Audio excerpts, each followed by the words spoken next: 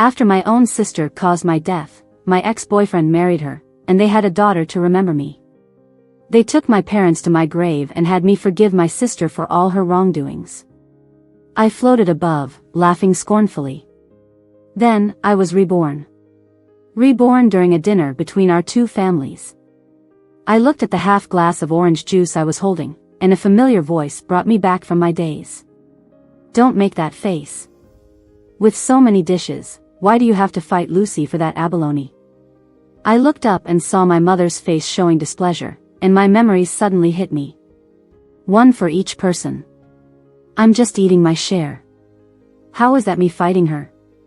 I stared at my plate, realizing my abalone had already been snatched by Larry and placed in front of Lucy. Growing up, I always had to give in to her, just because she had a congenital heart condition. Anything good, as long as she wanted it, I had to give it up. Anything delicious or fun, she got first. If she didn't want it, even the smell was intolerable for me every time. Lucy would apologize innocently, batting her eyes, looking like a pure little girl. Over time, I learned to stay silent because protesting was useless. I glanced around at the others. Larry's parents looked at me disapprovingly. Larry hesitated to speak. My father frowned, looking at me with reproach in his eyes. Everyone preferred Lucy because she was gentle and understanding. At this time, Larry and I were already broken up. Larry had finally realized his feelings and confessed to Lucy, but she took my feelings into account and hadn't accepted yet.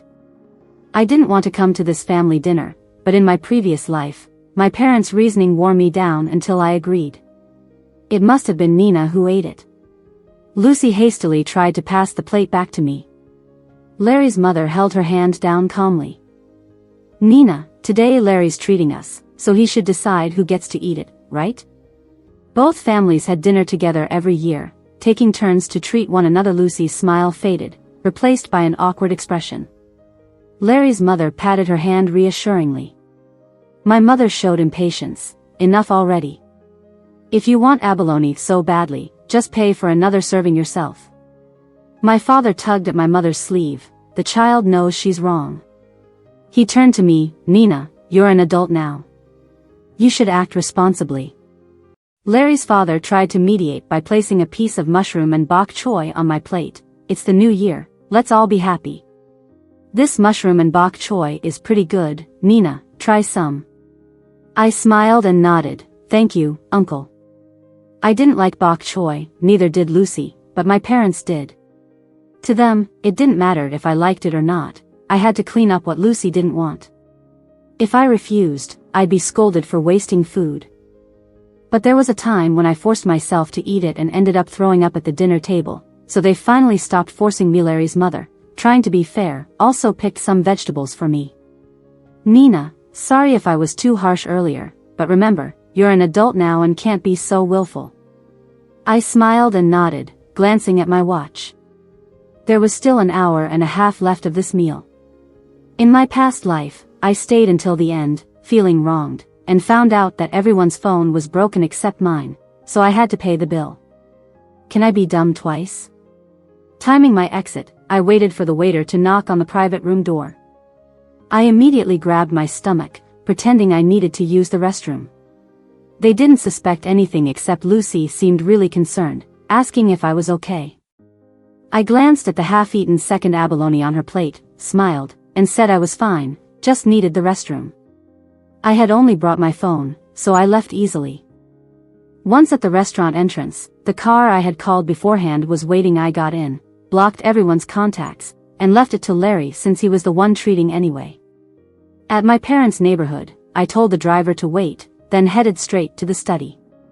I searched for the household registration book, then returned to my rented apartment.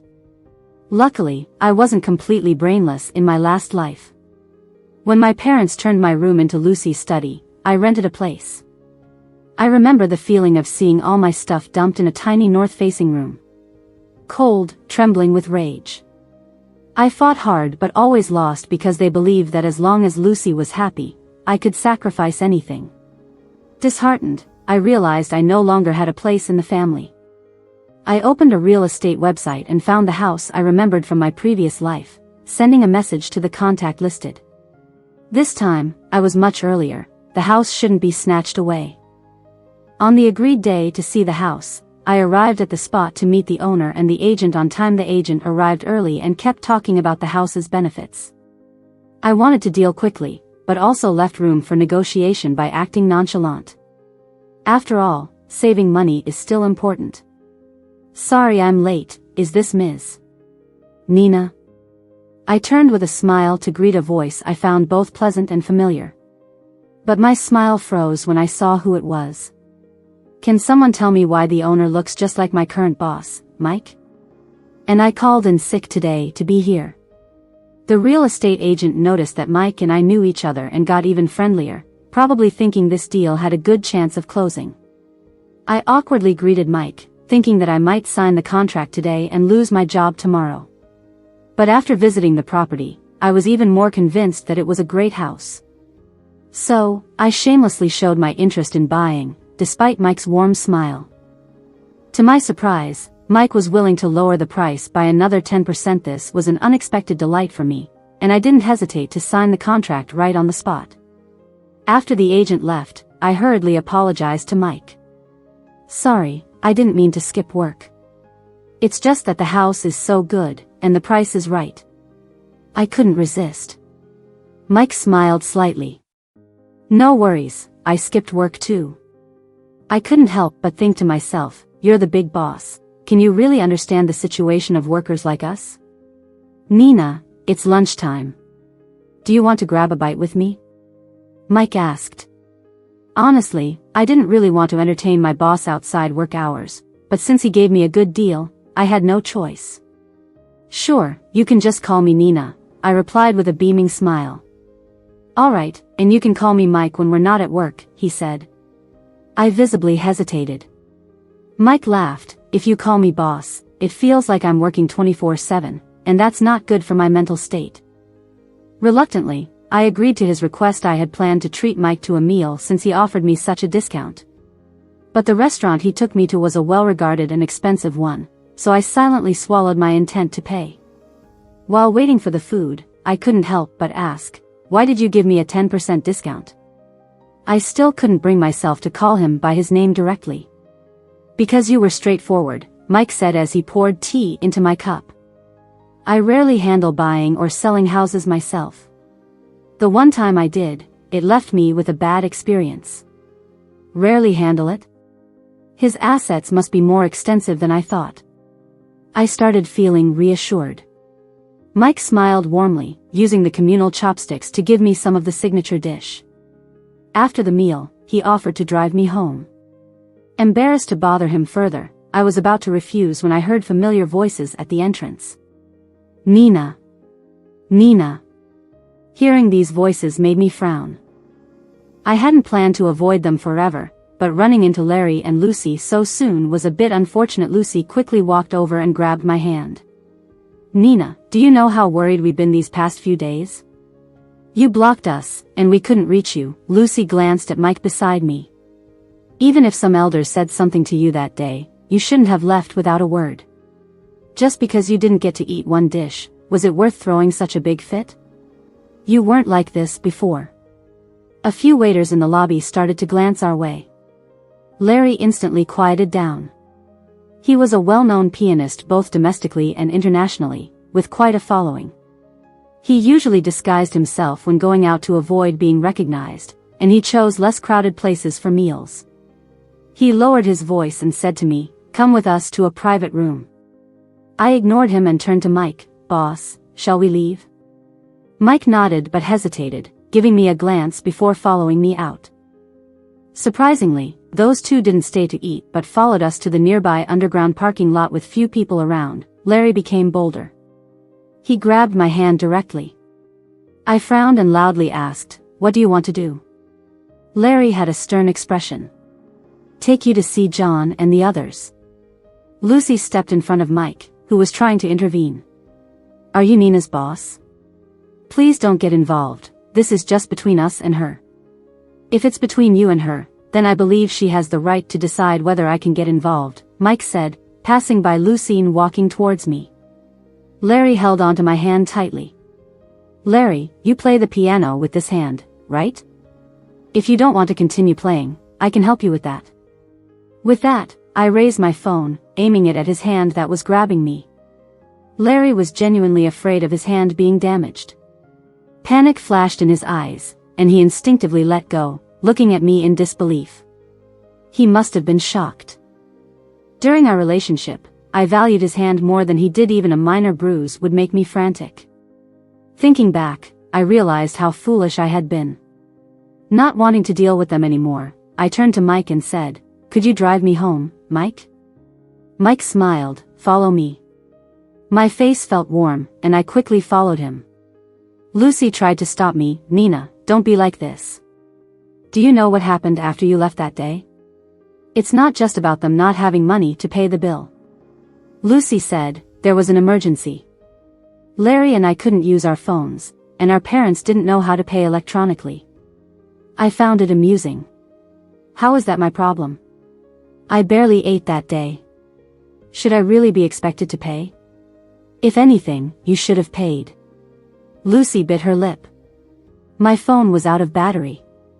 "Nina," Mike called, opening the door of a Bentley. "Get in." "Sure thing." I cheerfully responded, opening the door on the other side and getting in. Mike sat in the driver's seat, started the car, and headed towards the exit.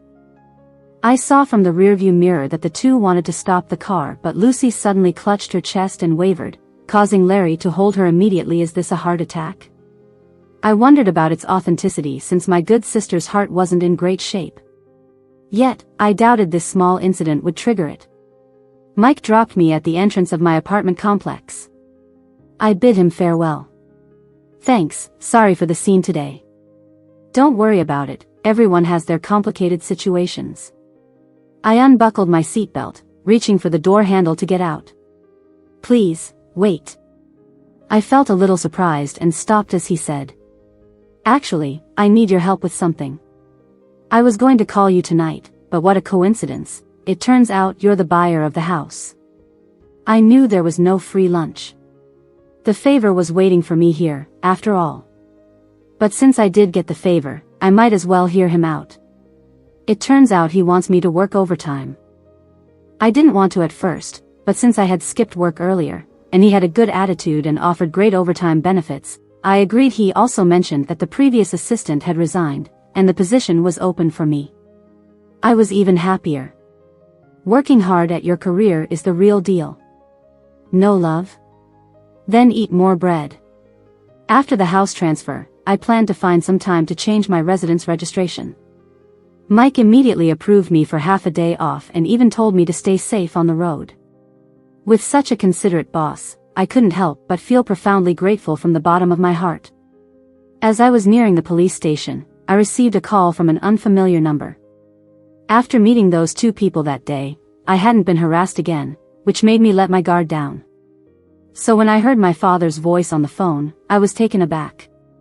My father gently asked me to have a family dinner on Saturday night and said there's no overnight feud within a family.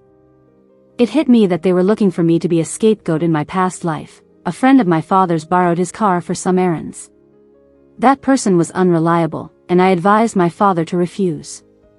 But my father said he couldn't turn down an old friend of many years, and my mother criticized me for being inconsiderate, telling me to mind my own business. Lucy chimed in, saying parents have their discretion, and even complimented her for being sensible. But soon after the new year, that person got into an accident while drunk driving and fled the scene. According to the existing regulations, my father wasn't responsible. But the borrower's driver's license had expired, and he couldn't afford any compensation. Now, as the car owner, my father had to pay tens of thousands of yuan up front. My parents were financially okay, with around $1 million in savings, some company shares, and real estate. But they were planning to buy Lucy a wedding house, having already chosen one. If they compensated the victim first, the house wouldn't wait for them, so they targeted my savings. After all these years, my parents knew how to use family ties to manipulate me. "We raised you for so many years, and now you won't lend us money in an emergency? Ungrateful child. Nina, the house is really good, it'd be a shame to miss it. It was my fault for not listening to you before. Please help your father this time. I looked at the pride in Lucy's eyes, stubbornly refusing to nod. Lucy sensibly said, buying a house isn't urgent, and I might not even get married in the next couple of years, given my health condition. Do my parents remember that I'm just 2 years younger than Lucy? Don't overthink it. Plus, Larry's a good kid, he won't mind. My mother abruptly caught herself, realizing Larry was my ex. Anyway, don't worry about it. She then turned to me with rare softness. I know you think we favor your sister, but considering her health, it's normal to care for her a bit more. But you're our flesh and blood too, we love you just the same. I longed for that elusive family affection. In the end, under my parents' alternating hard and soft approaches and Lucy's acting, I handed over my hard-earned savings from the past few years. The past is truly unbearable to look back on. I didn't want any contact with them, but to make them give up entirely, I agreed to meet my father. They booked the same restaurant we went to last New Year's Eve. When I entered the private room, the three of them were already waiting. Seeing me, my mother rang the bell for the waiter to serve the dishes, and gave me a playful look. We ordered abalone, sea cucumber, and shark fin this time. Eat all you want. She still thought I stopped talking to them over a dish. Lucy looked calm, as if that incident hadn't happened. Is Mike, who was with you last time, your boyfriend? She asked caringly. My father was surprised. You have a boyfriend? No, I said slowly. He's my boss. Didn't I call him that in front of her? Lucy smiled softly. Your boss is quite nice. That private kitchen restaurant is costly. Your salary is a bit tight to dine there. I agreed. Exactly, I'm already broke. I used up all my savings to buy a house recently. What? I watched with satisfaction as shock filled their faces. After the shock, my parents looked at me with discontent and reproach. Lucy didn't say anything, knowing that with our parents on me, it was enough. She just kept comforting them, saying I might have my reasons. Mom angrily said, your sister is still speaking up for you, and you're this old but still so ungrateful. The waiter had continuously brought dishes to the table, but I only sipped water.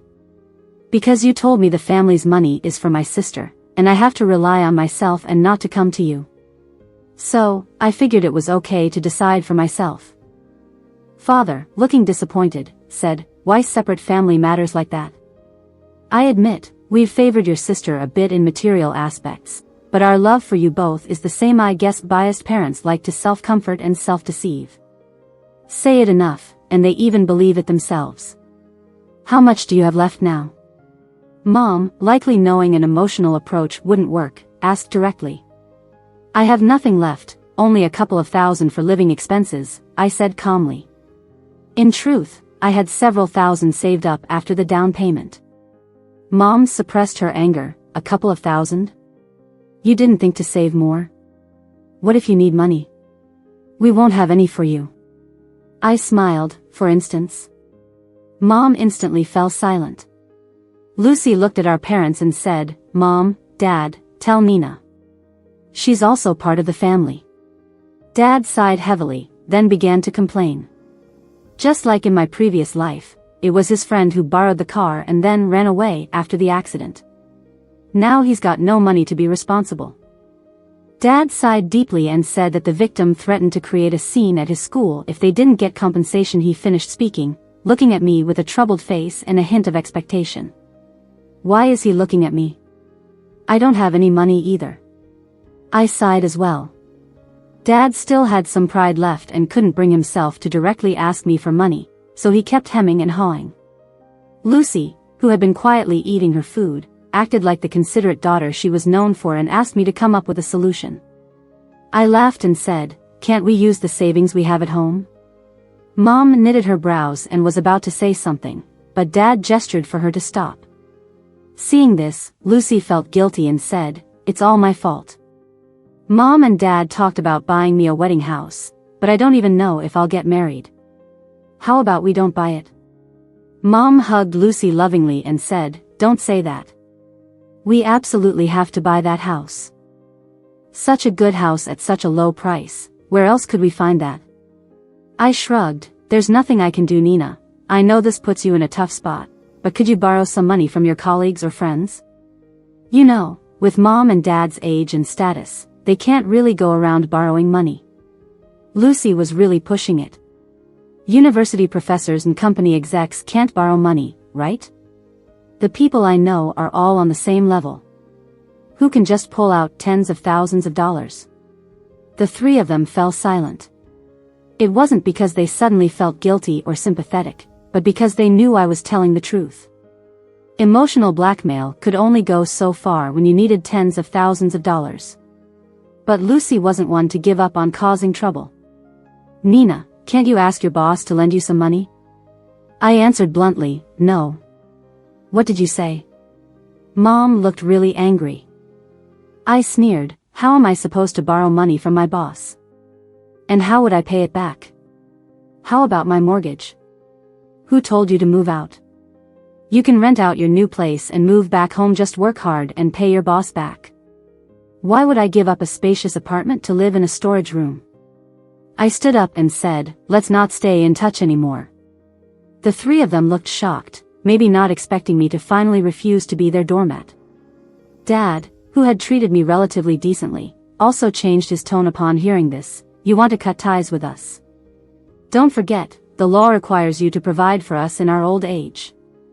He softened his tone a bit. Why are we arguing over this? Just apologize to your mom, and you'll still be our good daughter. No need for that. I waved my hand and headed to the door. Lucy alone is enough for you. I'll fulfill my support obligation. Just sue me after you turn 60, and I'll pay whatever the court orders. Nina. What now? I laughed. I haven't touched a single bite of that dinner. You're not going to make me pay for it, right? Get lost. We'll consider you dead to us from now on. I thought Mom would follow through with her threat, but less than 2 hours later, I got a text from her using a new number. Lucy said she'll ask Larry for the money. If you still want to come back to this family, you have to repay it. I had forgotten to block her new number. I didn't reply immediately. I waited a bit, then took her off the blacklist and sent a message. There's something I need to ask about borrowing the money. She replied coldly with just 4 words. What do you mean? Seeing this, I started recording the screen and the audio, then replied, Mom, it was Dad's friend who borrowed the car and caused the accident. He should pay first, then Dad. How does this have anything to do with me? She replied immediately, what do you mean by that? You have to repay it, whether you want to or not. She sent a voice message, and don't think I'll let you bother Larry. You repay through me and your dad. You and Larry broke up. He likes your sister. Be sensible and don't bother them. Then followed a string of voice messages criticizing me for not being as understanding as Lucy. Seeing there was no useful information, I blocked her again. I turned on the TV, which was airing an interview with Larry. The reporter asked him, many fans are curious about your personal life. What kind of girl do you like? He smiled and said, actually, there's this girl I've liked since childhood. I plan to confess to her after my tour ends. With Larry's nearly million-strong fan base, this was huge news. The reporter looked surprised. Since childhood? You've never been in a relationship? Larry hesitated and replied, no. So I've been dating a dog this whole time? I felt oddly calm and unbothered by Larry's words. The heartbreak from splitting up with Larry now felt like a lifetime ago. The reporter concluded with a smile, well, then I wish you success with your tour and your confession. Larry's words exploded all over the internet. Larry's confession, Larry's crush, Larry's childhood sweetheart were all trending. When I saw all this worthless info, I turned off Facebook and put on a movie. The buzz lasted till Monday. After work that day, I found Lucy waiting pathetically outside the office. Nina, can we talk? Just for a moment. If you don't want to, just say no. Mike's voice came from behind me. He walked up to me with concern in his eyes. Do you need any help? I'm fine. I can handle this. With Lucy alone, I wasn't that weak. If you need anything, just give me a call. Mike glanced at Lucy, then added, Or call the cops. I chuckled, I know. Thanks. I kept thinking about it and couldn't bring myself to call him by his name, but I didn't want to offend my boss either, so I mumbled something. Lucy heard the alarm and said coldly, Mr. Mike, don't be so serious. I'm Nina's sister. How could I harm her? Mike ignored her and went straight to get the car. Lucy looked a bit embarrassed and awkwardly changed the subject. Nina, let's find a place to talk. I was afraid she would keep pestering, so I agreed to go to a cafe across the street. As soon as we sat down, Lucy urgently said to me, Nina, I didn't know Larry would say that on TV. I took out my phone and secretly turned on the recording function. Lucy continued, Nina, if you disagree, I definitely won't accept him. Did anyone else know you came to find me? I came to you in a hurry and haven't told anyone else. All right then, let me tell you, I don't care about your relationship with Larry, whether you're together or not is none of my business. I stood up to leave, but Lucy grabbed my hand again. Damn it. I was scared she'd fall for no reason, and I'd really have a hard time explaining this tactic, though old-fashioned, was quite effective. Nina, I'll refuse Larry. Please don't distance yourself from us. Mom and Dad miss you. Lucy. I looked closely. It turned out to be my mother, whom I now preferred calling Mrs. Alice. Mrs. Alice quickly walked to Lucy's side, glaring at me angrily. Nina, are you ignoring my words? I told you not to bother Lucy. Lucy was conveniently too breathless to say a complete sentence at this moment. Mom, it's not Nina, it's me. Feeling helpless, I explained, your daughter asked me out, and now she's the one holding my hand. Your sister is like this, and you're still talking nonsense. Mrs. Alice got even angrier and reached out to slap me. With my hand held by Lucy, I couldn't dodge, so I turned my head and accidentally pushed Mrs. Alice away with my other hand. Mrs. Alice's slap missed me, swung around, and landed on Lucy's face. Lucy turned her head under the force, letting go of my hand, taking the chance. I broke free and ran out of the cafe, ignoring Mrs. Alice's angry shouts. Just as I stood by the street, trying to call a cab, a Bentley Continental stopped in front of me. Get in, Mike said, poking his head out of the window with a smile. I felt awkward getting into the boss's car, but seeing Mrs. Alice and Lucy chasing after me made up my mind. Before I knew it, I was already in the front passenger seat. As the car drove away, it hit me, did he wait for me the whole time? I returned to the new apartment complex in Mike's car. This was my new place. When Mike sold the house, he included the furniture, so I moved in with just my suitcase a few days ago. See you tomorrow, Assistant Nina. I gave a soft then realized he called me Assistant Nina, hesitated, and thought I must have been promoted. He saw my reaction and smiled slightly. Looks like you're getting used to the title. For a moment, I felt a bit embarrassed and tried to laugh it off. Boss, with a promotion, should get a raise. Sure, double it, he said, which pleased me. We chatted a bit more. Mike seemed genuinely interested in being my friend, but why? I might have been too forward, making you uncomfortable. I apologize and hope you don't mind. With his words, I found it hard to make any more excuses. The awkwardness could affect my work state. Boss, I'm sorry to reject your kind offer, but until my doubts are cleared, I'll keep calling you boss. I said sincerely. Mike replied gently, you're wondering why I want to be friends with you? It's not like you lack friends, and I won't presume you have a romantic interest in me. But without an answer, I remain uneasy. After all, he founded this company that's about to have its own building. The difference in our statuses isn't just a barrier to love. Even friendships require some common ground, right? The atmosphere turned silent. Mike sighed lightly and said, half a year ago, I passed by your neighborhood. I saw you arguing with your mother and sister. I instantly knew what he was referring to. Half a year ago was right after Larry and I broke up. Having been neglected and lacking love since childhood, I desperately wanted someone to love me. So when Larry wanted to be with me, I fell for him completely. When we were dating, I was happy, even forgiving my parents' favoritism toward Lucy.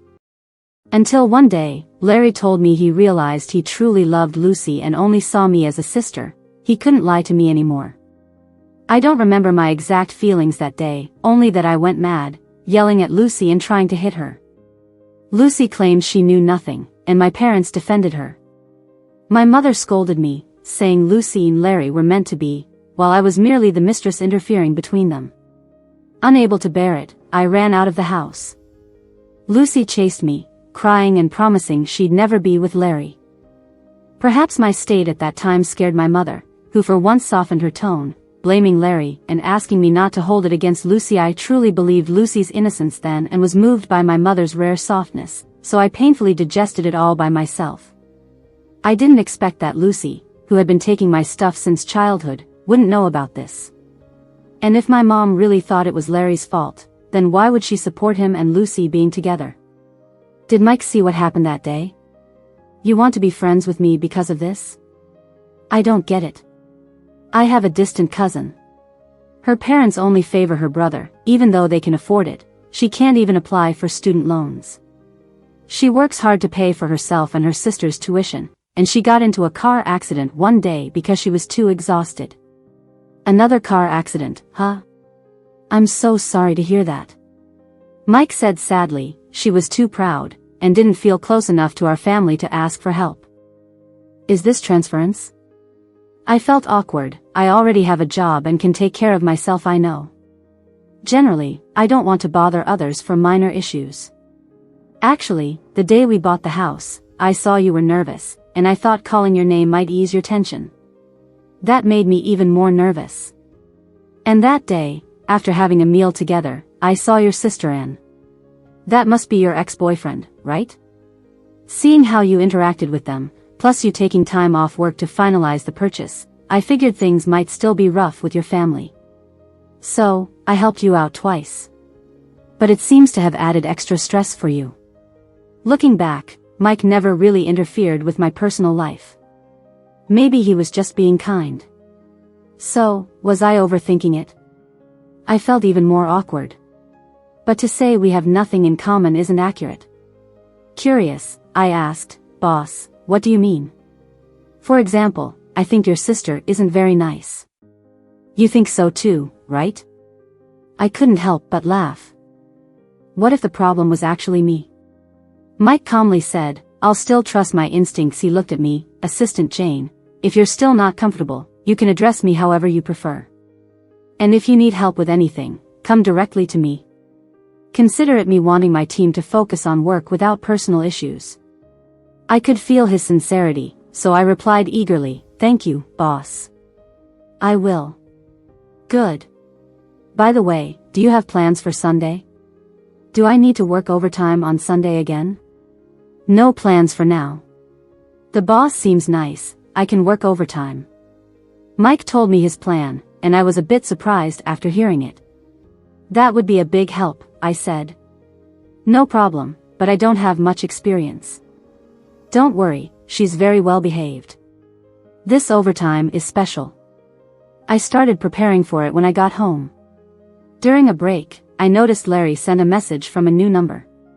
He wanted me to apologize to Lucy and said I didn't have to repay the money. I shrugged it off. They must be really bored to keep bothering me with new numbers. A working person, can't set a whitelist for calls. I'll just set these numbers to Do Not Disturb. Then, I sent the recording from the cafe to Larry's phone, saying the money wasn't mine to repay and told him to stop barking. After that, I got added to a group chat called Family. An unknown account tagged me and said, Nina, your mom told me everything. As children, being filial is the most important thing. How could you treat your parents like this? Listen to your uncle and apologize to them. Uncle? Looks like the troublemakers who indirectly caused my broken leg in my past life are here too. In my past life, this uncle's family visited my parents and lectured me. My uncle's wild kid Sam, at 13 or 14, was always rude to me but listened to Lucy. Whenever Sam visited, he wanted to play with Lucy. But once, Larry asked Lucy out on that day, so Uncle David and Aunt Alice asked me to take care of Sam. Sam was hostile towards me, hitting and cursing me. David just said a few token words to Sam before turning on me, asking why his kid disliked me but liked Lucy. With us two third wheels, Lucy might have been annoyed, but she didn't refuse. When we got to a mall, the unexpected happened. Sam ran and crashed into a sales associate. Larry grabbed him but lost his balance, nearly falling down an escalator. In my lovesick state, I rushed to block the escalator and ended up falling and breaking my leg when an advertisement board fell on me. I was diagnosed with a comminuted fracture in my right leg, which would leave lasting effects and limit my physical activities. Feeling guilty, Larry suggested getting back together and promised to take responsibility for me. I was thrilled and accepted him again. Afterward, seeing me reunite with Larry made Lucy sad, so Mrs. Alice persuaded me to break up with him. Your leg isn't that bad. Just walk slower in the future. Listen to Mom. Forcing Larry to get back together won't make you happy. To sever his feelings for Lucy, Larry announced our engagement 2 months after my discharge, inviting both families. On the engagement day, it poured rain. Lucy claimed to be sick and didn't come. But just when Larry was about to put the ring on me, she stood outside, dripping wet. Larry's hand trembled as he held the ring. After Lucy gave him a sad smile and left, he apologized and ran after her. Larry's parents encouraged him to go after her, while Alice held me back. She needn't have tried so hard, given my leg. I couldn't chase them even if I wanted to. After that, my father John said a whole lot to get me to lighten up, but I can't remember any of it now. From that day on, I was done with them all. I picked up my phone and, sure enough, saw that Mrs. Alice had mentioned me in the group chat. Larry and Lucy are going on a date this Sunday. Could you please look after Sam? And be nice to him. I ignored it and set the group to do not disturb. Weirdly, Lucy sent me several messages, begging me to come with them and saying she wanted to use this opportunity to smooth things over between us. Maybe her urgency influenced Mrs. Alice, who also reached out to me in many ways, which I found out later from the blocked messages on my phone. Guess they hoped I'd be the babysitter. I obviously didn't agree, but I was curious about Lucy's motives. Was she using Larry to provoke me? That seemed too blatant and not her style. I had no idea what was going on. But none of it concerned me anymore. Without me around this time, I wondered whether Larry could manage as he did last time. However, this Sunday, I still had to take care of a kid, Mike's sister Carrie. Mike's distant cousin passed away, and his mom couldn't bear it. She gave the family some money and adopted Carrie, hence why the kid now had Mike's last name. Mike had mentioned in the car earlier that Carrie did well in her exams. He promised to take her out but got busy and had to postpone since he didn't have much experience with kids. He asked for my help. He had helped me a lot, so I had to return the favor. Plus, Mike said Carrie was well behaved, much better than dealing with Sam, that wild kid everyone hated. On Sunday, I arrived at the amusement park 15 minutes early and saw Mike and a little girl waiting. I quickly apologized. Sorry, boss. Have you been waiting long? No, we just got here, Mike said gently. The little girl beside him looked quiet and polite. Before Mike could prompt her, she greeted me first. Hello. Carrie, hi. I smiled and handed her a gift I had prepared in advance, a pen. This is for you. Carrie didn't take it right away. She glanced at Mike, who nodded, and then she accepted it. Thank you. We walked into the amusement park together. Mike whispered to me, I'll cover that for you. I waved it off. It's no problem, boss. It didn't cost much. Mike just smiled. After a morning of fun at the amusement park, everyone was a bit tired. Mike suggested we go for lunch, and I gladly joined them for a free meal. I wasn't expecting Mike to drive us to the mall, the same mall where I had broken my leg trying to save Larry. Mike and his sister were really kind. If I faked being sick, they'd probably insist on taking me to the hospital, ruining lunch plans. So, I had to tough it out and reason that the mall was big enough. Chances of running into those three were slim. But as luck would have it, the worst happened. Mike parked the car and told Carrie and me to wait at the restaurant on the top floor. As soon as we reached the electronics section, I heard an annoying voice. "So you did come." I turned to see a boy around 13 or 14, arms crossed, looking impatiently at me. "You're such a nuisance. Don't follow us around, all right?" "Nina." Lucy and Larry came up behind him. "Lucy, make this tag-along leave us alone, will you?" Sam whined at Lucy. "You can't talk like that to Nina, she's your sister too," Lucy said softly, then asked, "Can you promise to be polite to Nina?" Looking at the three of them standing by the escalator, thinking about the past danger, I quickly bent down to whisper to Carrie, "Let's stay away from those three." Carrie looked at them and obediently nodded. Lucy noticed Carrie and smiled. "Nina, who's this child?" "None of your business," I replied coolly. Lucy's face stiffened, and she forced a smile. "Nina, I just wanted to say hello." Larry, wearing sunglasses, had an expression I couldn't see, but I could imagine his displeasure. I didn't care about his feelings. "Miss Lucy, do you always enjoy greeting strangers?" Just then, Mike arrived on the escalator. I wasn't sure when that pushy salesperson might show up. Once Mike joined us, I said, "Let's not bother with them." Carrie tugged on his sleeve. "I'm hungry." Mike patted her head and smiled, "Then let's go eat." I sighed in relief and followed behind. "Where do you think you're going?" Sam shouted in disbelief. Mike shot him a cold glare. Startled, Sam instantly fell silent. As we took a detour to the next escalator, I heard a girl crying. A family of 3 was having an argument at the electronic dictionary counter. The girl wanted a dictionary, but the salesperson was trying to push a more expensive model onto her parents. Clueless, the parents went along with it. I sighed. The girl's parents might have been strict, but they were also willing to buy her the pricier dictionary, showing they genuinely loved their daughter. As for my biological parents, it's better not to mention them. Meanwhile, the familiar-looking sales clerk increasingly seemed like the culprit from my past life. I kept walking forward, watching the girl with reddened eyes reluctantly let her parents choose the electronic dictionary she disliked. The sales clerk, seeing he had successfully talked them into buying something, flashed a smug grin. Then he got a phone call and suddenly rushed out, looking panicked. Just a few seconds later, I heard a commotion near the stairwell, followed by Lucy's scream, "Larry!" Then came a loud crash, followed by a familiar voice crying out in agony. "My hand!" I was already on the escalator and couldn't see what happened, only hearing the shocked gasps from people around. 2 people fell down the escalator. 2 people? That guy looks like a pianist I saw on TV. Poor guy, his hand was crushed by that advertisement board. In this life, is it Larry's turn to suffer a severe hand fracture? The sales clerk was even worse off, getting impaled by a falling steel pipe. That's so tragic. "Nina! Come down and help," Larry fell. From the escalator, I saw Lucy running over, anxiously calling me. A passerby tugged on my sleeve. "She's calling you, right?" "She's mistaken," Mike answered for me before I could respond.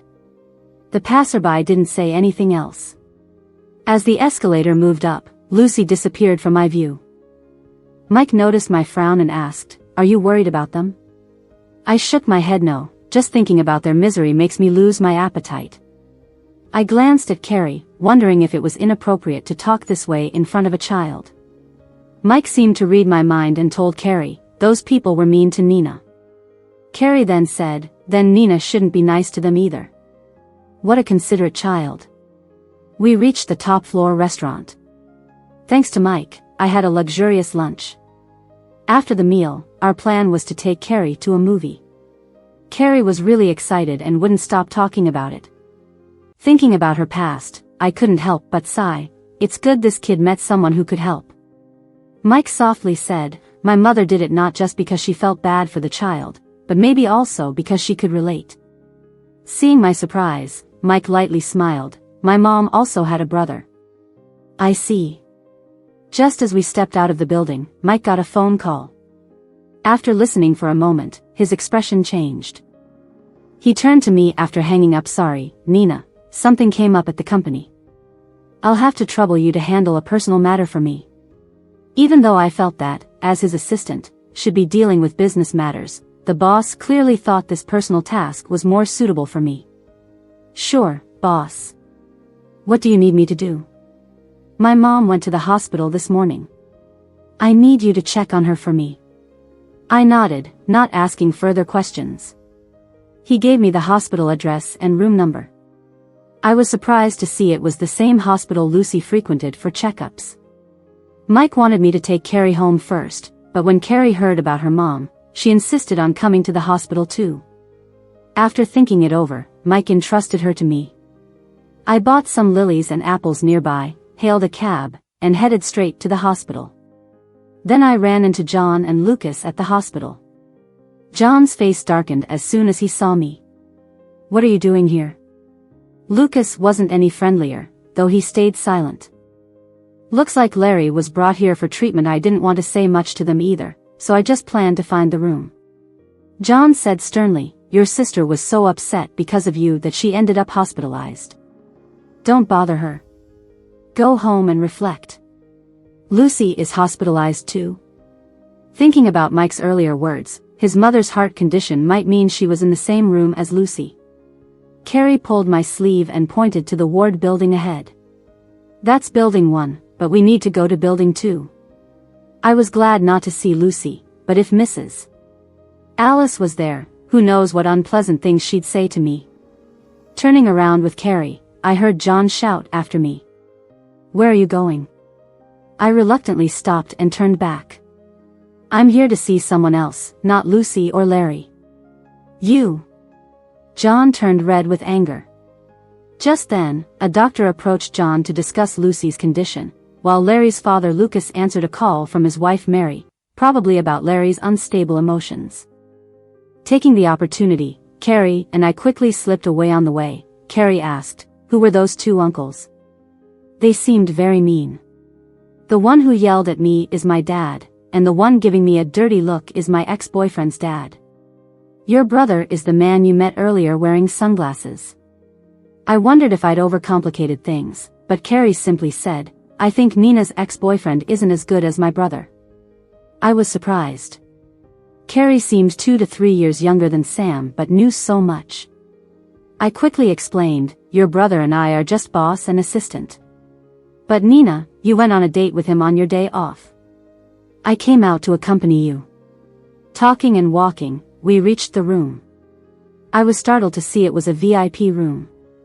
2 men in suits stood outside. Bodyguards?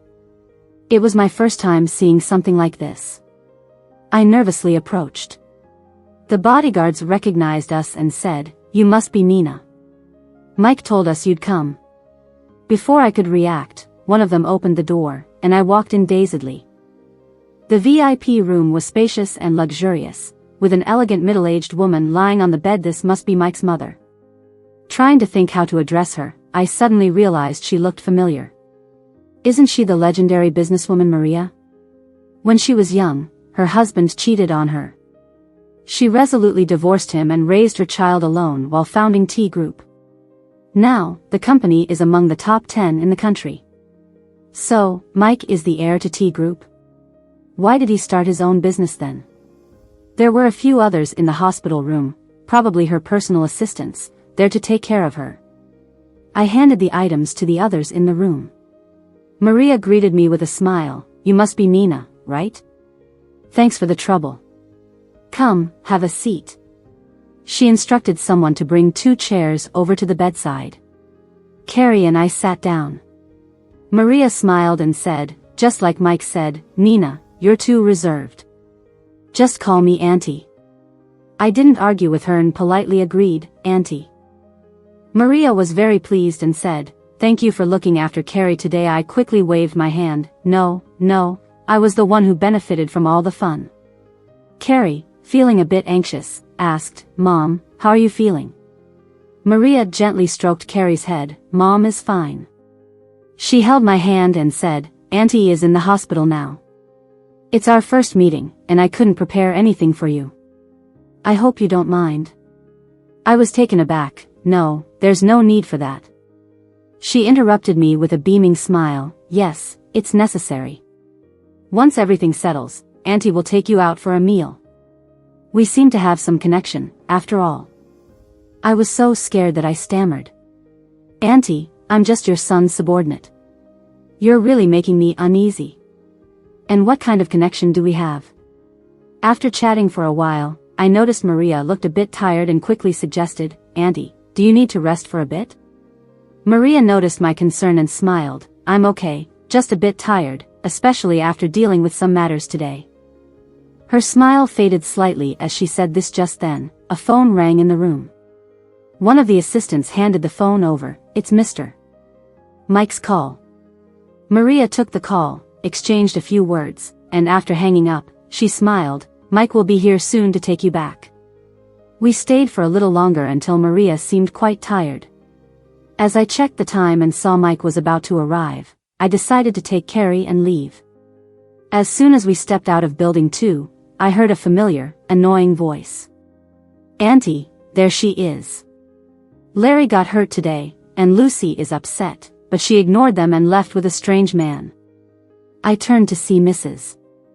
Alice, her face twisted with anger, glaring at me with a look that could kill. Mrs. Alice strode towards me, raising her hand to strike. I instinctively grabbed her hand tightly. Nina, you've got guts now. I'm your mother, I can't hit you anymore. There's no law allowing parents to hit their children. Do you even have a conscience? Your sister is lying in bed, and Larry, who has always been good to our family, is hurt and you only care about running off with some strange man. Carrie, who had been silent, couldn't help but speak up. My brother isn't a strange man. He's much better than that guy. Mrs. Alice gave Carrie a contemptuous look and sneered. Are you so desperate for a man that you help someone else's mom take care of her kid? Despite knowing Mrs. Alice's character, her words infuriated me, and I felt my vision go black with anger. Carrie rushed forward. You're bad. Don't you dare insult Nina. Sam stepped forward too, mimicking Mrs. Alice's contemptuous look. You're bad. Your brother is a strange man, and you're an illegitimate child. Sam's face bore the mark of my slap. Both Mrs. Alice and Sam were stunned. I coldly said, remember to watch your mouth in the future. Sam, holding his cheek, cried out in disbelief, how dare you hit me? I'll tell Dad. Auntie, hit her back. Mrs. Alice tried to come at me again, but her arm was seized by someone behind me. Turned to see Auntie's bodyguard. Ms. Maria instructed me to safely escort Ms. Nina. The bodyguard's strength was far greater than mine, and despite Mrs. Alice's struggles, she couldn't break free. Sam, frightened by the tall, muscular bodyguard, stood trembling. Finding no advantage in this situation, Mrs. Alice started cursing. You lowlife. Helping outsiders to fight your own family. I chuckled softly. I wish you had never given birth to me. You. Both of them were furious but didn't dare to make a move. Ignoring them, I turned to leave. Nina, stop right there. It's only natural for sisters to support each other. Now that Lucy is bedridden, you must go take care of her. I almost laughed. These two never seem to communicate. One tells me to leave, and the other wants me to stay and take care of things. No, I'm busy. You have to. Or else I'll ruin your reputation at your company. I suddenly turned back, glaring at her. She thought she had found a way to control me, evident by the triumphant look in her eyes. I mentally reminded myself hitting someone is illegal, taking deep breaths to calm down. Then go ahead.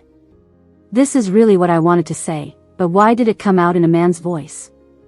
I know my assistant well enough, he won't believe such lies easily. And if Mrs. Director really causes trouble at my office, I'll just call the police. Mrs. Alice looked flustered and stammered, Larry, the vice chairman? Nina works for T Group? I was also surprised. Mike's startup isn't called T Group. But hearing Mrs. Alice call him Vice Chairman Larry explains why he's rarely around our office. It looks like Ms. Alice's company is working with the T Group, and they're the ones seeking the partnership. Nina works at the company I founded, but that doesn't cloud my judgment. Ms. Alice's face turned red and white, stubbornly insisting, "It's just some minor disputes between us, Larry. You're overthinking." She and Lucy really like to blame everything on family issues, so trying to send someone to cause trouble at my company is just a minor family dispute too? With a director like Ms. Alice, I might have to reconsider your cooperation with T Group. Mike's face stayed stern. Though Ms. Alice had been a senior executive for years, she calmed down and spoke more firmly. That was just something I said in a moment of anger. How could any parent harm their child? Involving our company in T Group cooperation isn't appropriate, is it, Carrie? Mike remained indifferent. Not everyone is cut out to be a parent. And as for the cooperation between our companies, my mother has given me full authority. I think I have the right to suggest finding a more suitable person to liaise with my company. Ms. Alice turned pale but still tried to hold her ground. Sorry, Larry. I was a bit careless with my words earlier. Actually, my daughter and I usually get along well. I was just too agitated because of her sister.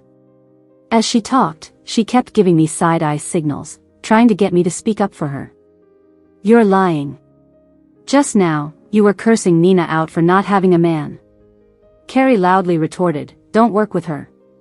She also called Larry a bastard. Then Carrie pointed at Sam. He called me a bastard. Sam, feeling accused, started to lash out too. You are. Ms. Alice panicked and quickly covered Sam's mouth. Larry, kids say the darndest things, don't mind it. Mike sneered and turned to me.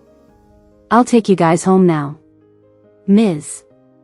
Alice didn't dare to stop us, only watching us leave with worried eyes. Even walking far enough away, I could still hear Sam yelling, why didn't you stop them, Auntie? In Mike's car, I sensed something was off about his mood. Thinking back, I concluded it had to be that little brat Sam's rude comments that angered him. Carrie, in the back seat, yawned. Mike asked me if he could take her home first to rest. I quickly replied, you should take Carrie home. I can go back on my own. No, I have something to discuss with you. I looked at him, puzzled. You need to be careful of your sister. Her heart condition seems to be worsening. He didn't go further, but I suddenly remembered the past. Back then, I was forced to accept Larry and Lucy being together and didn't want to get involved. But Lucy said she wanted Nina's blessing, prompting John and his wife to make me help plan their engagement. I couldn't stand it and finally had an outburst. After a big fight, I ran outside. Lucy followed and forced me to apologize to John and his wife. In the struggle, I was pushed onto the road and got hit by a car. At that moment, she also had a heart attack and collapsed. While I was fading away, I heard my parents saying they would transplant my heart to Heron this new life. I didn't want to think about the past and just wanted to stay away from those freaks. But hearing what Mike said made me cautious. Was my car accident in the previous life really an accident? Mike then told me he would now focus more on the T Group and I should handle the company. Wait, I've only been Mike's assistant for a short time, and he's already handing over his startup to me? I looked at his heavy face, confused. What had happened? I stared at the computer, my thoughts completely on what Mike had said during the day. Turns out his dad, who abandoned him, was about to go bankrupt. He planned with Mike's uncle to take over the business his aunt built. I met him at the company, and he told me not to blame him. He wanted to leave something for his son from his second marriage. He said since I had my own business, I wouldn't be able to care for the T Group. With Mom's health declining, the T Group would thrive better in his hands. I didn't know how to describe Mike's expression when he said this, but his hands gripped the steering wheel tightly. Thinking back to that crap from his dad, I still felt furious. How could a father be so biased? I started to understand Mike's attitude toward me. I refreshed the page, and a trending topic popped up. famous pianist Larry suffers severe right-hand injury. I clicked on it and saw a video of the incident in the mall today. News travels fast in the internet age. Larry is well known, and the incident has already garnered millions of views. By 8 p.m., a relatively reliable news account posted on Facebook.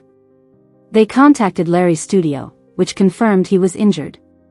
Whether his hand was affected, they needed to check with the family and had no further comment. An hour later, Larry's studio also posted on Facebook saying due to an unforeseen incident, the upcoming tour had to be cancelled. With this post, everyone understood that Larry probably wouldn't be playing the piano again. Only a few fans were still in denial, hoping it was a back or leg injury. John and his wife hadn't stopped harassing me. The group chat kept calling me an ungrateful, heartless daughter. Lucas and his wife randomly joined the group too.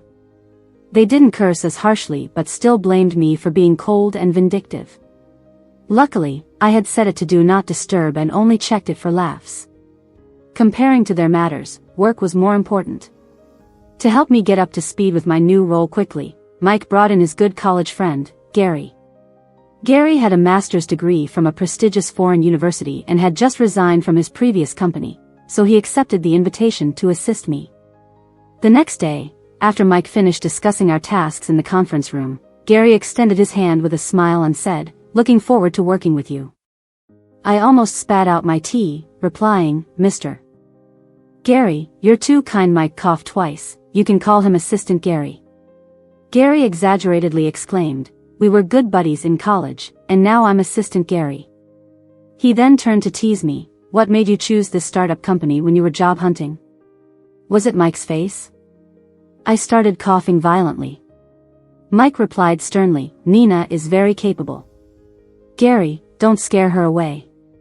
I quickly clarified, "No, I just thought there might be less office politics in a startup company." Gary looked at Mike and me, smiling meaningfully. After learning Auntie was hospitalized, he also wanted to visit her, so the three of us went to the hospital together that day. When we reached the VIP ward, we saw Auntie, who had significantly improved. She assured us with a smile that she would be discharged in a couple of days as predicted by the doctor. After chatting for a while, Auntie wanted to discuss T group matters with Mike.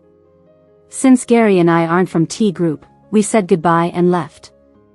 Once out of the ward, I saw John and his wife nearby. They both looked tired and weighed down by worries. They saw me too. Without Mike around, Mrs. Alice's attitude turned aggressive. "Your sister is still in bed, and you don't care at all. Do you have a conscience?" John sighed deeply, his voice betraying his weariness. "The doctor said your sister's heart condition is worsening. Your parents are exhausted. Be more understanding." I was surprised to realize it was true. In my previous life, Lucy feigned illness in front of Larry to delay my rescue. She ended up being hospitalized for almost 2 weeks, but a thorough examination found nothing wrong with her heart. Thinking for a moment, I turned to Gary, "You go find a place to wait for me." Gary glanced at them, nodded, and walked away with a simple okay. Once Gary left, I skillfully took out my phone to record and sarcastically questioned them, "Your daughter is sick, so take care of her. Why bother me?" Mrs. Alice wanted to lose her temper, but John held her back. "Nina," John restrained his anger, "your mom and I have work to do. We hope you can take care of Lucy. You can hire a caregiver, I have work too." Alice sternly replied, "Caregivers cost money. Quit your job." John added, "I promise, once your sister's condition improves, I'll find you an easy job. That way, you won't be so tired." His words reminded me of something from the past. When I graduated from college, there was a job opportunity at a company John knew. It was initially offered to me, but Lucy said she wanted to change jobs, so John gave the opportunity to her instead. "I have a mortgage to pay. Your easy job isn't suitable for me. Then sell your house." I didn't agree with buying it in the first place. "You have a room at home." John stopped Alice again and continued, "There's another matter. The doctor said the follow-up treatment might cost hundreds of thousands. Your parents' liquid cash isn't enough. Can you help?" I interrupted him, ask Larry. And Alice, you got it wrong, there's no room for me at your place. Those 2 rooms are Lucy's bedroom and study. I'm not giving up my spacious place to live in a storage room. John's face turned dark. Given Larry's situation, how can we ask him? The room issue can be discussed later. Let's get through this difficult time together. I laughed coldly. Do I need to remind you? You have about $1 million in liquid assets that can be used. Without buying a house, your friend's car accident compensation and Lucy's treatment costs can be covered. If needed, you can sell stocks or properties. Those are for Lucy. How can we sell them? John raised his voice. Lucy is seriously ill now. Aren't you concerned at all? I laughed coldly again. Or what? Do you want me to donate my heart? I'm not dead yet. The couple was furious. You. I took out the household registry from my bag and handed it to them. After hearing from Mike about Lucy's worsening condition, I anticipated meeting John and his wife at the hospital and prepared accordingly. They were extremely surprised. Why do you have the household registry? Alice immediately reacted. After opening to my page, she flew into a rage. I should have never had you. Looking at their reaction, I voiced the doubt I had always harbored. Why did you give birth to me? They love Lucy so much, shouldn't they have focused all their energy on caring for their eldest daughter? Why have another child? And after I was born, they treated me poorly, only providing basic needs and education without any real attention. When I had small accidents or injuries, they would get very anxious and scold me harshly. In my previous life, I held out some hope that maybe they loved me less than Lucy but still loved me somehow. Now I wondered, did they have me solely as a backup for Lucy? John raged. Why are you still arguing with your parents at a time like this? When will you ever grow up? Alice, maybe having lost her mind completely, screamed, why were you born? You were born for Lucy. Everything about you is Alice. John shouted, startling her back to her senses, swallowing the rest of her words. I sighed lightly. So that's how it is. Maybe they didn't plan on using me as a donor from the start, but when it came down to it, I would undoubtedly be sacrificed. No way, I said softly, don't even think about it. Nina, you misunderstand. I have things to do. I hope you don't bother me again. Alice trembled. Fine. Then we sever our relationship. Your father and I no longer recognize you as our daughter. Satisfied, I turned off the recording and cheerfully replied, gladly. I made my way to the place Gary had mentioned in his message. As soon as I walked into the store, I saw him arguing with a girl. Well, to be accurate, the girl was the one yelling in the end. Gary said coldly, I can't help you. You should go. The girl left angrily. After she left, Gary noticed me and waved. When I walked over, I had no idea what to say. After a long pause, I blurted out, ex-girlfriend? I regretted it immediately, feeling like I was prying into his personal life. Gary laughed and said, yep, but she wasn't mine. So it involved someone else. That was even less of my business. However, Gary smiled and said, the person involved is right here. If you're curious, ask him directly. I turned around and saw Mike. Mike gave Gary a look, but Gary innocently said, I texted you to warn you she was here. So it turned out to be Mike's ex-girlfriend. I pretended not to have heard and changed the topic. Are you done talking? Mike sat down. Let's just grab something to eat here. Gary stood up. I gotta go. You guys eat. See you Monday. Before we could respond, he took off. So it was just me and Mike again, but I didn't feel as awkward as I did initially. According to Gary, the girl was probably Mike's ex-girlfriend. Who knows what their story was? Curious? Mike asked, smiling. I knew my curiosity must have been all over my face. I shook my head vehemently. No. It's not a big deal, Mike said, taking a sip of his drink. She didn't understand why I wanted to start my own business. She thought there was no future with me, so she got with my half-brother. But she didn't know my startup was my mom's way of training me. Our company would eventually merge with T Group. I see. So now your dad's going bankrupt, and your half-brother isn't doing well either. Yeah, so she's trying to get back with you? People have their own paths. I don't blame her. But things have changed. It's not possible to go back. So she asked Gary to mediate? Mike nodded. She even came to T Group before. She'll probably come to the company again. We might need your and Gary's help then. I got it. Mike wasn't bad-mouthing his ex. He was giving me some extra duties outside of work. I sighed, thinking we both seemed a bit unfortunate. What's up? Nothing, just thinking our situations are pretty similar.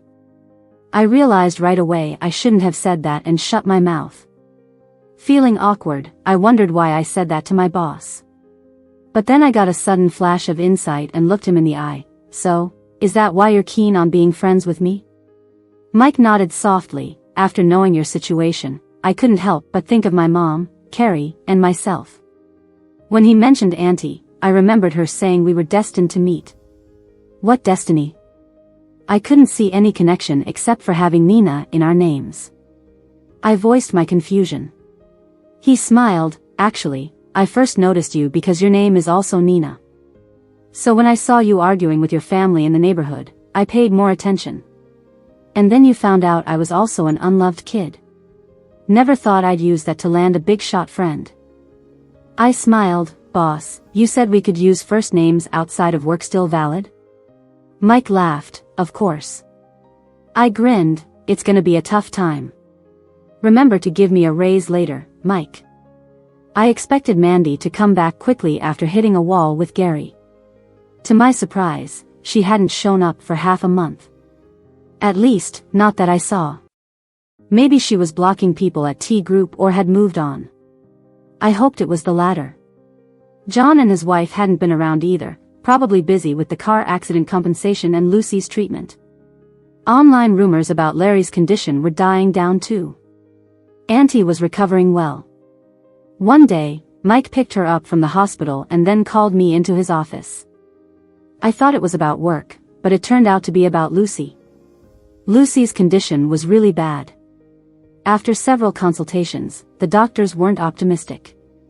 One doctor mentioned that a Chinese-American heart specialist abroad might help, but he was hard to reach.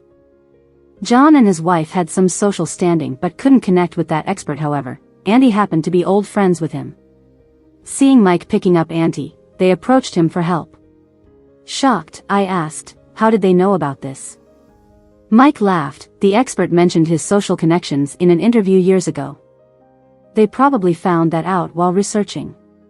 I'm sorry, Mike. This is putting you and Auntie in a tough spot. It's all right. I wanted to ask how you feel about this. If you want to help them, I can contact the expert for you. Mike thought I might feel like helping. Seeing me hesitate, he added, don't worry about owing me a favor. I shook my head. I told you I see you as a friend. If I need help, I won't hesitate to ask. I smiled, but I don't want to owe them anything. Mike smiled too. Good. But they'll likely come to you again. I smiled. I know. Sure enough, they contacted me within 3 days. In the past 2 days, I had already taken over as the general manager, busy dealing with company affairs and barely looking at my personal phone. When I finally remembered to turn it on, I found a bunch of junk messages, all blaming and attacking me.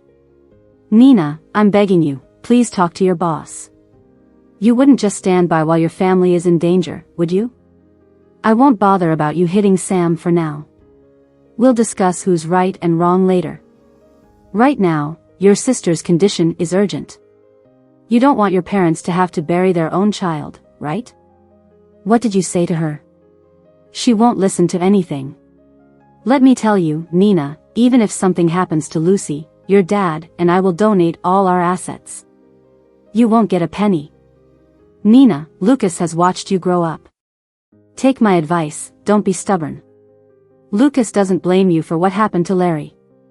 There's nothing more to be said about his hand now. But your sister still has a chance to recover. Mary won't say much more. If you remember anything Mary has done for you, give me a response. I was quite surprised that Lucas and Mary were still putting in effort for Lucy despite Larry's injury.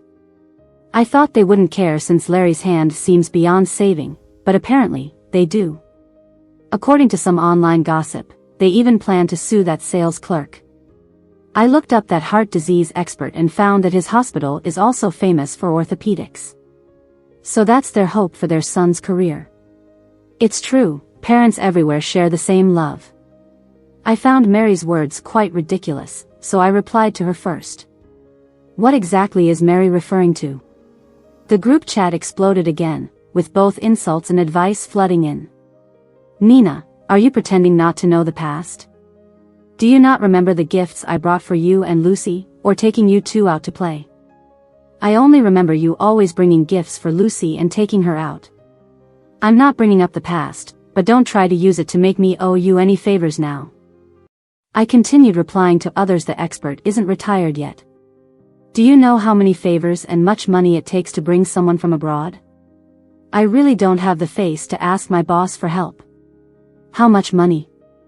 Will $1 million be enough? Stop whining. To be honest, I really can't help with this. After posting that, I noticed that John and Alice had stopped their nagging. Only David kept repeating himself. Then Mary sent me a private message. Larry wants to see you. He said it's lucky it wasn't your leg that got hurt this time. I frowned. Did he also get reborn or have some divine insight?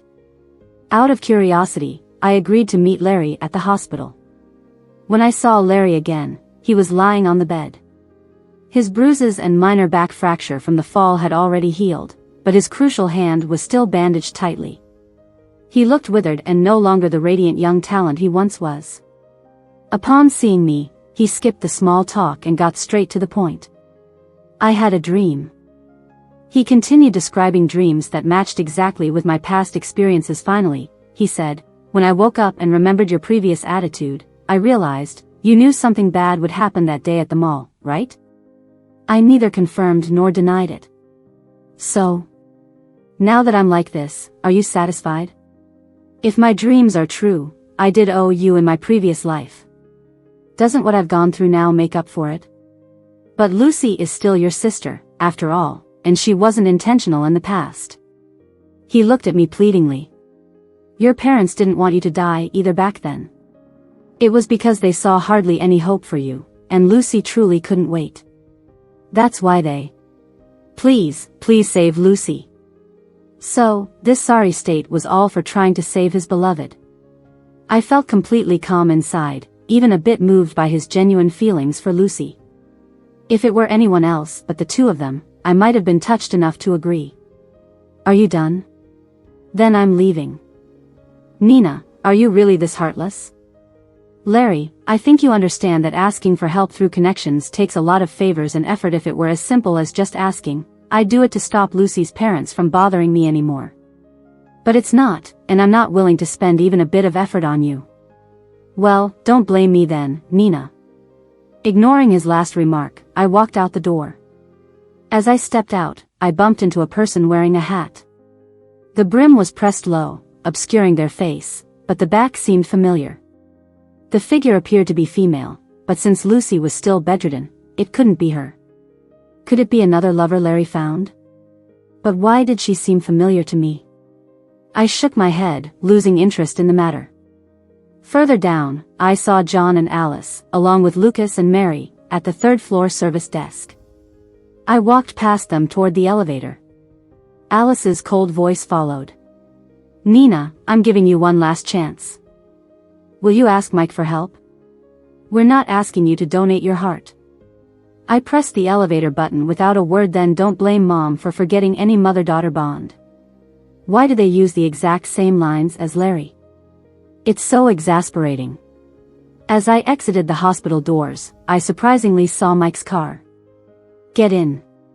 Mike's face was stern. Why was he angry? No, why was he here?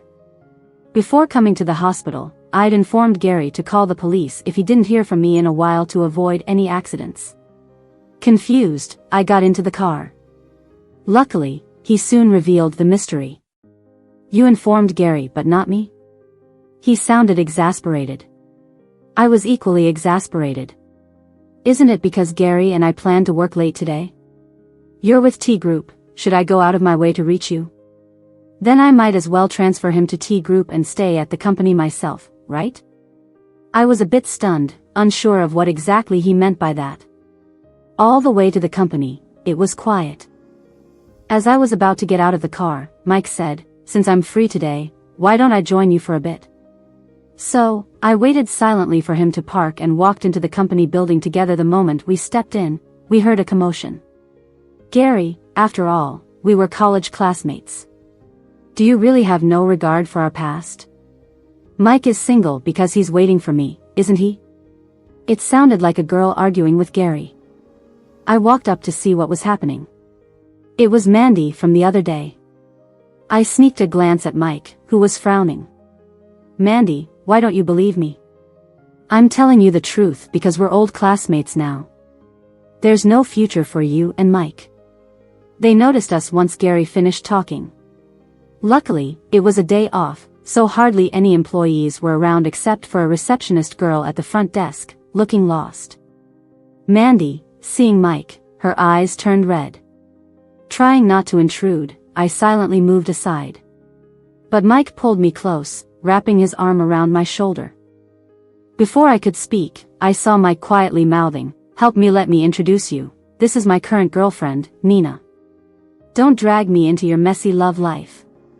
Gary squinted and grinned. Mandy was almost in tears. "You're still mad at me, and that's why you're using her to get back at me, right?" Mike replied coolly, "You know I wouldn't lie about this." "Aren't you lying right now?" Mandy cried as she ran off.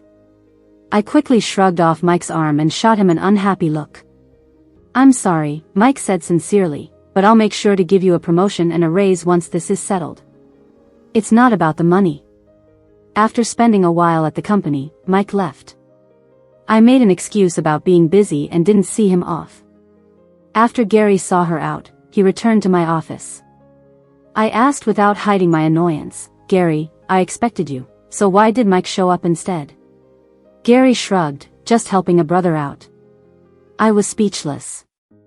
What was he saying? Gary then said with a smirk, "I think you're a better match for Mike than Mandy." I grabbed a file and pretended to hit him until he went back to work with a laugh. I felt that this situation wasn't good, but without anyone spelling it out, confronting the issue head-on would be too awkward if there was a misunderstanding.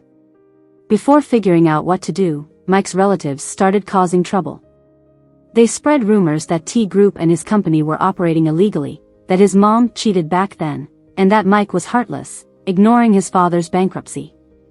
I knew they wanted to ruin Mike and his mom's reputation within T Group. Even before the scandal with T Group died down, they targeted his company using the same tactics. To ease Mike's burdens, Gary and I did everything we could to stabilize the company, working our tails off. Just as we caught a breather, the next wave came. Mike's half-brother Tom posted a long rant on Facebook, saying Mike abandoned his girlfriend, who found solace in Tom's arms. Mike supposedly gave the company to me to make me happy, and now it's on the verge of bankruptcy. Tom claimed it was their father, Alan, who divided his wealth with his ex-wife generously, allowing her to start her business. Seeing this nonsense made me laugh and cry. Tom's account name, Heartless World, indeed spoiled such a good name. What was funny is that Alan and his crew seemed uncoordinated. Shortly after Tom's post, T Group also made a statement on Facebook. Mike's aunt's brother Alex publicly stated that his sister got no assets from the divorce and he had to fund her startup. Now that T Group is successful, Mike wants to kick him out, which he couldn't accept. Because Tom and Alex's posts contradicted each other, some sensible netizens decided to wait for more information. When I called Mike to check on him, he said he was ready to strike back. Alan and his team probably thought their tactics were working. At least, Mandy seemed to believe so. A few days after Mike had rejected her, she showed up at our company again. I saw her trying to get past the reception. Spotting me, Mandy couldn't hide her disdain. "Mike's standards have dropped. I'll give you $1 million if you leave him." I nodded, "Transfer the money now." Mandy was stunned, not expecting me to agree so readily. She stammered, once you actually leave him. I interrupted, so you don't have $1 million, but you dare offer? My annual salary is almost that now. In fact, I was bluffing. Mike hadn't mentioned any new pay yet for standing in for him. Oh, I forgot to ask him about that. Mandy left in a huff. A couple of days later, Mike struck back. He showcased proof that both T Group and his company were compliant and law-abiding. His mother also provided evidence of Alan's infidelity and their divorce agreement. She clarified that Alan delayed the divorce, and she split assets to quickly get out and start a new life with Mike. Moreover, Alex received most of the assets. She herself only got some cash. There was no funding from her brother for her startup. Once T Group and Mike's company were cleared, dirt on Alan and his son began surfacing online. Since remarrying, Alan never stopped seeing other women, though nothing serious resulted due to his current wife's strict control. The company was also filled with her relatives, who made a mess, nearly bankrupting it. Tom was lazy, often harassing female colleagues and indulging in online mischief, including writing suggestive stories about netizens. It was truly disgusting. Netizens dug deeper and found out that Mandy actually dumped Mike first because she wanted a richer boyfriend. They hadn't been in touch for years after breaking up, and I, the new girlfriend, only joined the company 2 years ago, so I wasn't a mistress at all.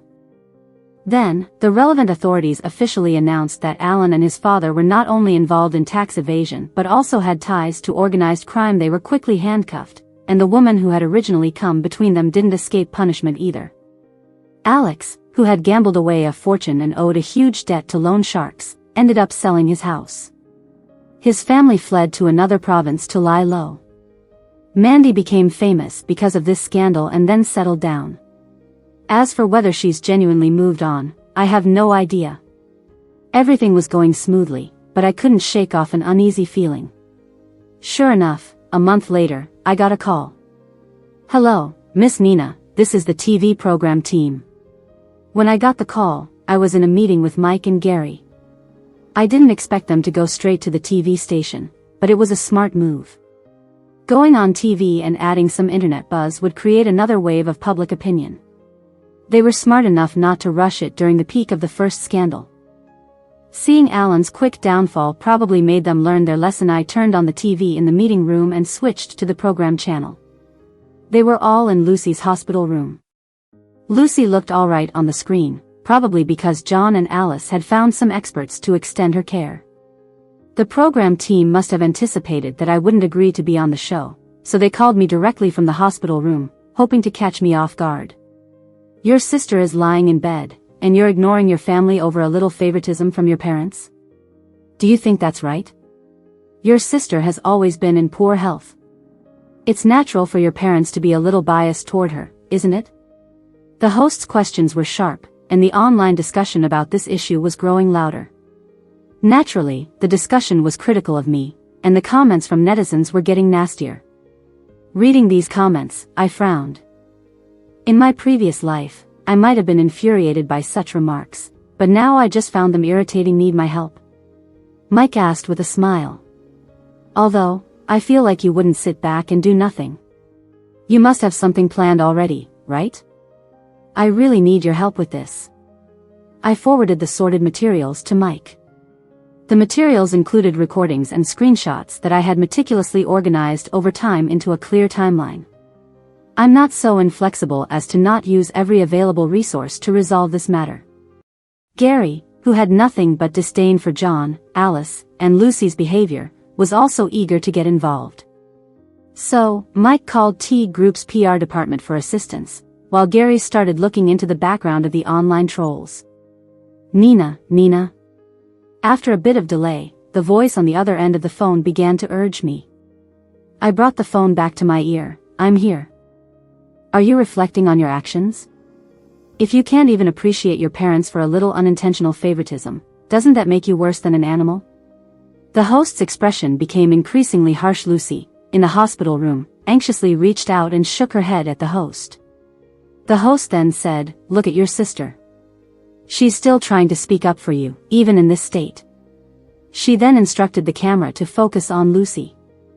Lucy appeared very sincere and anxious on camera. "Nina, I actually don't agree with coming on the show. I understand that you're angry with us because of Larry. I don't care about myself, but Mom and Dad miss you very much. Just apologize to them, okay? We are children, and we should accept some grievances from our parents, shouldn't we?" The host added, "Nina, don't blame me for being blunt. After watching all this, I feel like your sister is much better than you. She cares so much for you, and you won't even ask someone for help with her major health issues?" At this point, Alice also spoke up. "Mom knows we ignored you before. As long as you come back, there will always be a room for you at home." I waited for 3 seconds to see if anyone else would speak and then said, "Are you done?" Everyone on the screen looked shocked. I continued, "In a bit, check Facebook. There will be videos and the truth." The host quickly said, "What's that about? Why not send it directly to our program?" I sneered, "Because you only care about ratings, not facts. You didn't investigate before taking sides, so I don't want to give you more attention." With that, I hung up the phone and looked up to see Mike smiling at me and Gary giving me a thumbs up. We continued watching TV. Lucy was clearly shaken by my mention of checking Facebook, looking visibly pale. The program team quickly found an excuse to leave the hospital room. John and Alice stayed behind, but David and his sons suddenly appeared. They hadn't said a word in the room but now followed them outside. The program team, eager for more gossip, extended their microphones. Sam, who had earlier acted outrageously, now seemed like a model student. David, who vowed to make me pay, now looked kind and loving. But the gist of what they said was that John, Alice, and Lucy had treated me well and that I was just petty and selfish. They even brought up the time I slapped Sam, claiming that he was just being a naive kid and I was being petty. I initially thought the crazy ones were just those people, but then Larry and his more composed parents also got involved. Some people noticed that the woman who suffered a heart attack at the scene of Larry's previous injury looked a lot like Lucy. Someone else noted that Lucy had mentioned Larry in her statements earlier, suggesting they might know each other. People speculated that Larry had a crush on Lucy based on his previous comments about confessing to his crush after his tour, and here's the kicker: Larry's personal account liked that speculation. This caused an uproar among his fans and the show's viewers. He then posted on Facebook explaining his situation, hinting that his hand might really be unable to play the piano anymore, and that he'd shift his focus to composing in the future. After Larry got hurt, only the studio posted a vague update on Facebook, and he himself remained silent. Now, suddenly hearing from him, that Facebook post instantly got tons of shares and comments. Some people asked about his and my situation. He replied that he appreciated my kindness and hoped I'd find someone more suitable. Appreciated my kindness? That's implying I was the one doing all the giving. And then Lucas's parents stepped up for their son, directly calling the show to clear some things up. The show was thrilled and naturally agreed. In their call, they hinted that I usually have a bad temper and that I wasn't really even dating their son, but they still cared about their reputation, so they didn't say anything too harsh, just hoped that I'd come to my senses and quickly get an expert to treat Lucy. Without explicitly saying it, they wished I could also find an orthopedic expert from the same hospital to treat their son's hand. Seeing this, I knew the online comments were going to be brutal, but I was still a bit curious. Just as I was about to scroll down on my phone, a hand covered the screen. "Don't look," Mike said in a deep voice. "Give me the rest of the evidence." "How did you know I had more evidence?" Despite asking that, I sent him the additional evidence I'd prepared, including the backstory of slapping Sam that day and chat logs from when I was dating Larry. Those chat logs, normally I would have deleted them by now. But before my rebirth, I was head over heels for Larry and never deleted them. After rebirth, I just forgot about them. I didn't originally intend to publicize these private matters but collected them just in case. But now that the other side was ruthless, leaving me no options, I had to defend myself. "So they want your help but still treat you like this?" Gary was baffled by their actions. I could understand their thinking. They still believed I was just throwing a tantrum, and if they showed disappointment and disapproval, I'd ultimately submit like I used to. They must think they can push me into a corner, and even if I'm a bit prideful, I'd have no choice but to beg them. After Mike had the PR department schedule the leaks, he joined Gary and me for lunch. When we got back, the online sentiment had already shifted dramatically. T Group's PR contacted a reliable leak account, which started releasing bits from 1 p.m. every hour. After the first audio drop, revealing the truth about me buying a house and my family's financial woes, netizens were already blown away. Some even apologized to me for believing a one-sided story. Some said this only showed my parents being unfair to me, but Lucy had done nothing wrong, and I was still too heartless. But as the leaks continued, Lucy and Larry's facades crumbled. Lucas's parents' reputations, previously quite good in some circles, were now dragged down by Lucy and their foolish son. David and his father, who unnecessarily meddled, were also lashed by netizens alongside them. When I got tired of dealing with work, I'd browse through the comments, which felt quite refreshing. Of course, there were still dissenters. Am I the only one who thinks these recordings and screenshots are too convenient? Are they even real? And even if they are, isn't this Nina kinda scary, recording chats with family and friends? That was quickly countered by others. With a family of bloodsuckers like that, it's normal to protect herself. These recordings were from after this year's New Year, so she didn't start planning until recently. Yeah, these documents seem legit, otherwise, those involved would have jumped by now. By the way, the show just got interrupted out of the blue. My wonderful boss chipped in a bit too. He posted on Facebook, saying that I had come to him for help regarding Lucy. Though he disliked those people, he still sought help due to the severity. But the professor's schedule was packed, and he couldn't abandon patients here, so he could only wish Lucy well from abroad. I felt a bit embarrassed. I'd never bother anyone for Lucy's sake, but Mike was hyping me up. Wonder if the John family would regret it? Mike left to handle T Group's affairs. Before clocking out, my secretary informed me that 2 couples were agitated and looking for me. Too bad Larry had already been discharged for home rest, otherwise, his parents wouldn't have tagged along today. I instructed the secretary to call security to kick them out and started calling for a ride home. But they were persistent. While waiting outside the building for my ride, they tried rushing me again. I stepped back in. Thank goodness the security was diligent and stopped them at the door. Alice screamed outside, "You monster! Do you want to see your sister die? I won't let you get away if something happens to Lucy." I pretended not to hear and said calmly to the Lucas couple, looking anxious, "No miracle worker can make Larry's hand play piano again. Let it go." More and more onlookers gathered, some recognizing the 4 and started gossiping. Unable to bear the stares, they left disappointed. John gave me a complex look before leaving. Just then, my ride arrived. Surprisingly quick, and the driver even waved at me. Odd. But soon after getting in, I got a message, "Miss Nina, I've arrived." "Where are you?" I eyed the driver, quickly sent a distress message. The driver, noticing through the rearview mirror, sneered, "Too late." I immediately recognized the voice.